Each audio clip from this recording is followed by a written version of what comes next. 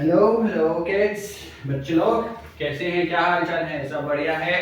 गर्मी बहुत तेज पड़ रही है बाहर, तो पानी वानी का अच्छे से ध्यान रखना। पानी वानी बढ़िया से पीना है ना। बीमार मत पड़ना। छुट्टियां भी आने वाली हैं, प्लस कुछ स्कूल में एग्जाम भी आ रहे हैं, तो बहुत ध्यान रखना, ठीक है।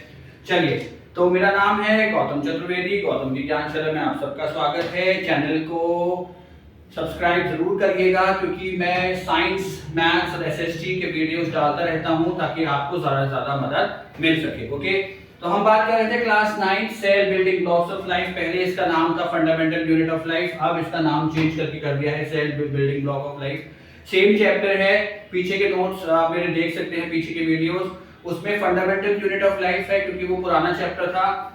चैप्टर बचा लो, कॉन्सेप्ट सेम है, बस नाम डिफरेंट हो गया है, तो कोई घबराने की जरूरत नहीं है, ठीक है। ओके, तो cell building blocks of life अब तक हमने पढ़ लिया है। सेल क्या होते हैं, है ना। सेल में कुछ टर्म्स होती है, न्यूक्लियस, साइटोप्लाज्म, ये सब हमने पिछले वीडियो में पढ़ लिए थे। आप पिछला वीडियो मेरा जाके देख सकते हैं। उसमें कुछ डाउट हो तो आप प्लीज कमेंट करिएगा, तो मैं दोबारा से वो वीडियो मैं दोबारा से उसको रिवाइज कर लेंगे, ठीक है। ओके, चलिए आगे बढ़ते हैं जल्दी से। तो आज हम बात करेंगे ऑर्गेनेल्स। क्या होते हैं ऑर्गेनेल्स? देखिए, जैसे आप लेट्स टॉक अबाउट ह्यूमंस। आपकी और हमारी बात करते रहे, एनिमल्स ह्यूमंस की, ठीक है, जानवरों की, इंसान की, ह्यूमंस की। तो हमारे अंदर क्या है बच्चा लोग, हमारे अंदर हर एक चीज के लिए एक अलग ऑर्गन है ना भैया। लंग्स हैं, वो सांस लेने के लिए हैं। हार्ट है, वो पंपिंग ऑर्गन है, वो ब्लड को ट्रांसपोर्ट करता है from one place to another, right, है ना, ठीक है, ब्लड को पहुंचाता है वो शरीर में पूरे में। तो ऐसे ही क्या होता है, सेल्स को भी कुछ ऐसी चीजों की जरूरत होती है, ट्रांसपोर्टेशन वगैरह की, और एनर्जी की भी सेल को भी जरूरत है। तो वो एनर्जी कैसे बनाएगा, तो उसके लिए बच्चा लोग काम में आते हैं ऑर्गेनेल्स। तो ये ऑर्गेनेल्स क्या हैं? These are special types of substances. ये एक स्पेशल टाइप ऑफ सब्सटेंस है, स्पेशल टाइप की चीज है, जो सेल को एनर्जी और न्यूट्रिशन लेने में हेल्प करती है, प्लस सेल को एक्सटर्नल शॉक से भी बचाती है कुछ हद तक, ठीक है। ओके, तो these are the special substance which provide nutrition and transportation in the cell, just like our organs. हमारे ऑर्गन्स होते हैं, इनके ऑर्गेनेल्स कहलाते हैं, ठीक है, कुछ वैसा ही है। ओके, समझ में आया? ऑलराइट, अब आगे बढ़ते हैं। ऑर्गेनेल्स कितने तरह के होते हैं सेल में?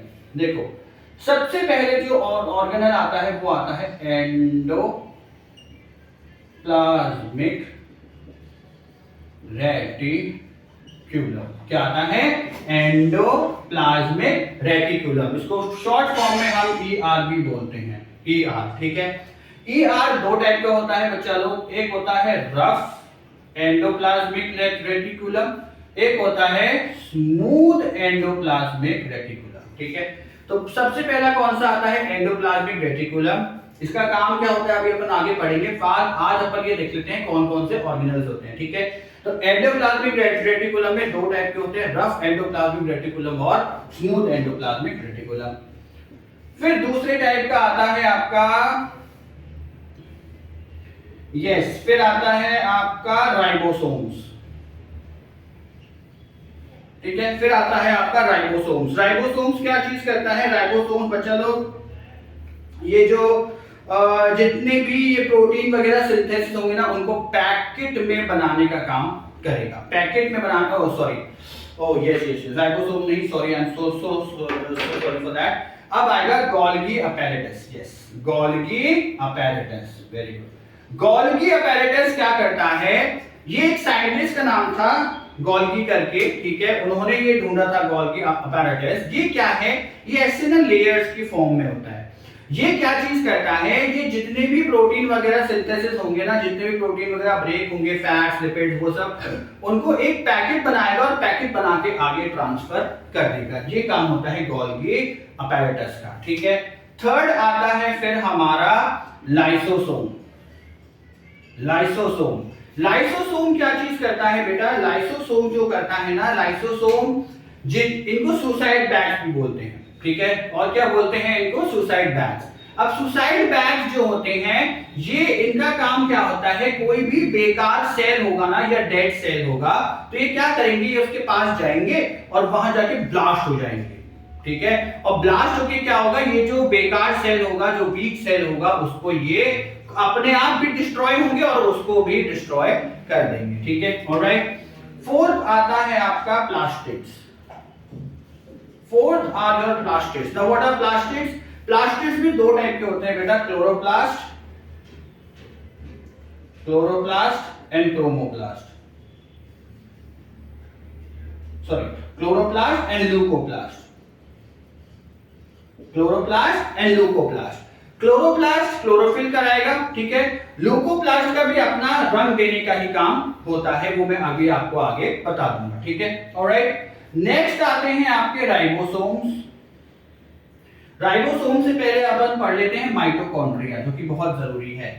माइटोकॉन्ड्रिया, इसका बेटा डायग्राम भी आता है माइटोकॉन्ड्रिया का, तो प्लीज अच्छे से देखना आप, ठीक है। डायग्राम्स मेरे जो नोट्स हैं, अगर आपको नोट्स चाहिए हो तो you can comment in the comment box, तो मैं आपको नोट्स भी भेज दूंगा, ठीक है। आप अपना जो भी कांटेक्ट नंबर या जो भी आप ईमेल आईडी देना चाहें वो दे दीजिएगा, उसमें मैं आपको नोट्स भेज दूंगा, ठीक है। That's for the further inquiry. तो माइटोकॉन्ड्रिया ये बनाता है बेटा एटीपी मॉलिक्यूल। ये क्या बनाता है बेटा?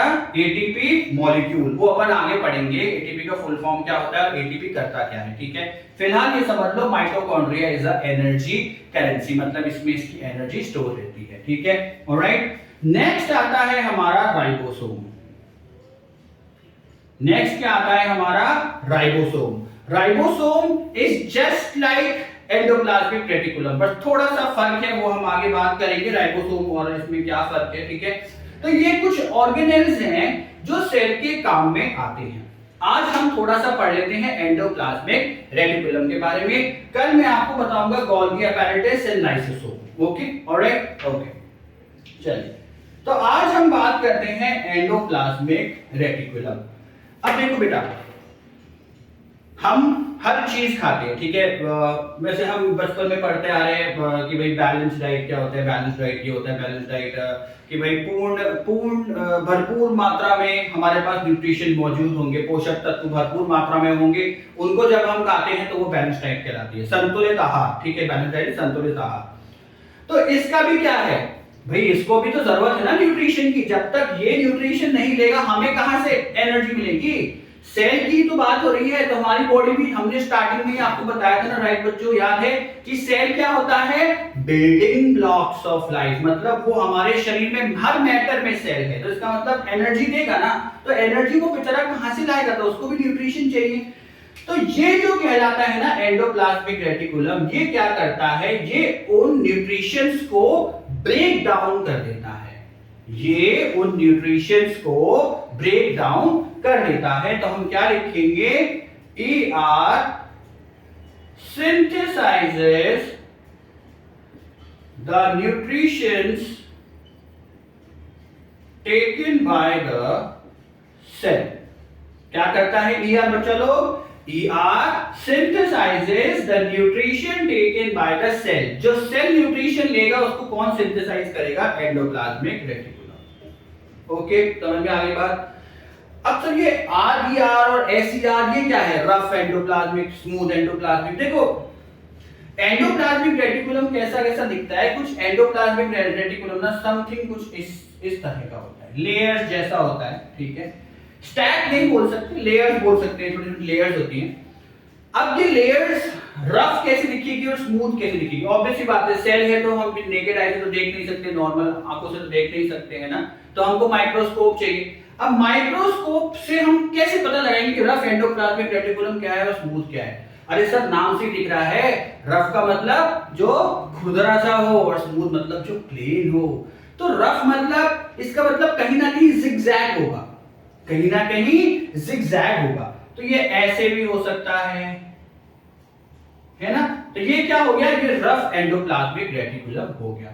अब रफ एंडोप्लाज्मिक रेटिकुलम का काम क्या होता है? रफ एंडोप्लाज्मिक रेटिकुलम जो होता है ना, ये किसको सिंथेसाइज करता है? रफ एंडोप्लाज्मिक रेटिकुलम सिंथेसाइज करता है बच्चा लोग प्रोटीन, विटामिन्स एंड मिनरल्स। ये सिंथेसाइज करता है सेल के प्रोटीन्स, विटामिन्स और मिनरल्स। सर सिंथेसाइज का मतलब क्या है ये तो बताओ। अरे भाई सिंथेसाइज का मतलब होता है ब्रेक डाउन कर